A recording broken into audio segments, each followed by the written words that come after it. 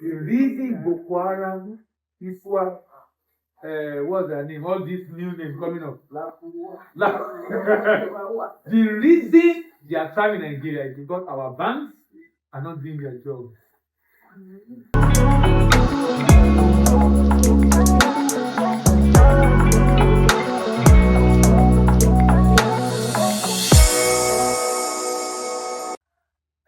Balancing fraud prevention and commercial certainty. Courts have consistently emphasized the need to strike a balance between preventing fraud and preserving trust. The fraud exemption must narrowly construe, otherwise it will undermine the certainty and autonomy of banking commitment that form backbone of international trade. You know, there's something about international trade. Just as we have it also among us as humans, particularly in relationship and marriage, the issue of fraud. Fraud. The reason why people bring their money to you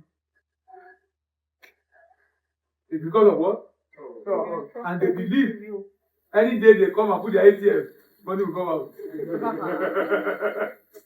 If they put the ATM and money is not coming out, if it's a weekday, everybody come into the bank. Oh yeah, I want to collect my money. Trust is a big issue. In fact, it's difficult to have any meaningful relationship without trust. Either in business, in banking relationships, in marriage, in friendship, trust is it. And when trust is broken down, then so you can understand how important this root is. The fact that we must not get back to a level where we can't trust the bank again. Do you understand? Because millions of dollars, billions of dollars are being moved every day for different transactions. The only reason we are still able to do it is because there is trust. Which is why court restrain itself from creating a situation where people cannot trust a bank again. Trust is extremely, extremely important. And sometimes when it's broken down, it's difficult to build. Your institution have. Do you know how many banks in Nigeria that use this? Do you know why many banks use this? You know, operational banks don't trust them. So they can easily go to your MD and say, please help us now. Help us. So they are able to use FBN UK. Why? Because we are in Nigeria, so we can trust them. We know them, right? So it's easier. But many banks in Nigeria are not able to get some banks to be their corresponding bank. Why? Because of the issue of what? Trust. So even for you to do business internationally, trust. You know why? If you are not strong in your AML and CFT guidelines, strictly adhering to it, and you did a transaction that violates money laundering and terrorist financing rule, and you pass through them mistakenly, the kind of fine they give them, they would rather not deal with you. A number of what's the name? Students that would train in trade finance in Nigeria that are relocated, many of them find themselves in compliance abroad. Those banks will rather pay more people to be in compliance so that they can scrutinize every transaction. Check it properly, because they will rather not deal than deal and use your license, or deal and pay $1 billion in fine. The reason Boko Haram, ISWAP, what's their name? All these new names coming up. The reason they are thriving in Nigeria is because our banks are not doing their job. And you can't blame some of these marketers. The target on their neck. So because the target is on their neck, they focus on it with the win. So sometimes they have to support people with compliance people because they must hit their target.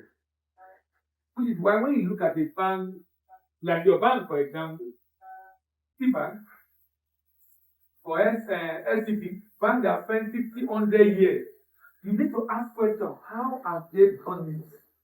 Because look, In this same country, you are aware of how many banks don't? How many? Do you know how many banks? The reason is because when, I read a book some time ago. The book is called Build to Last. You might want to read that book. Build to Last by Jim Collins. Jim Collins was a lecturer at Stanford. Jim Collins was teaching a course titled Build a Business from Ground Up. So Jim came into the class one day and was teaching, and the lady stood up and said, "Jim, I'm tired of this course." He told him the lecturer. You come in every day and tell us how to build a business from ground up, but you are using an example of Johnson & Johnson, Walmart, Boeing, Ford. How do we know a business that started today becomes great and visionary tomorrow, and I'll be the owner? Jim said, "That's a good question. I'll get back to you." It took Jim 6 years of his life to answer that lady's question. And he turned into the book, Build to Last. And he said, a business does not become great because of the founder. It doesn't become great because of the owner, because of the director, because of the staff, because of the product, because of the service. No. A business does not become visionary because of all these things. A business becomes great because, number one, they have a very big vision, big audacious vision. Number two, they have ideology. What ideology?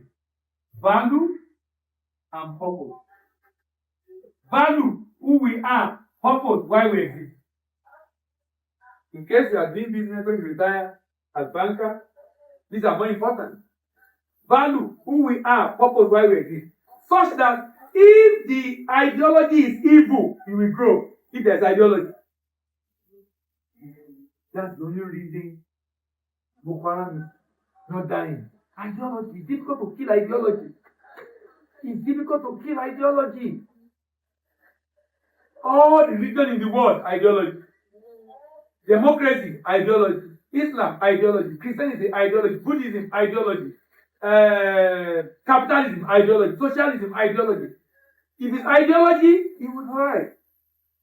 Why? Because value and purpose. There is a purpose. So that means a business have a purpose beyond making money. So that even when money is not being made, have you ever tried to some of these businesses in the US that you said for 3 years, 4 years, they're not making profit, they're not making money, and they are still the people that are funding it have a purpose. The business is creating value. As long as it's solving problems, it's just a matter of time of making money. Is that what? No. If a business is adding value, you make money. The goal of a business is to make money, but the purpose is not to make money. The purpose is to create value. If it's achieving its purpose, you will achieve its goal. But if you focus on the goal, you lose sight of the purpose. Business cannot last. And that's what I found out. So for an individual to stay long, he must have a vision of what he wants to achieve, something there, and he must have an ideology. Even as a human being, it's important you have an ideology. As a human being, you should be purposefully and you should have value.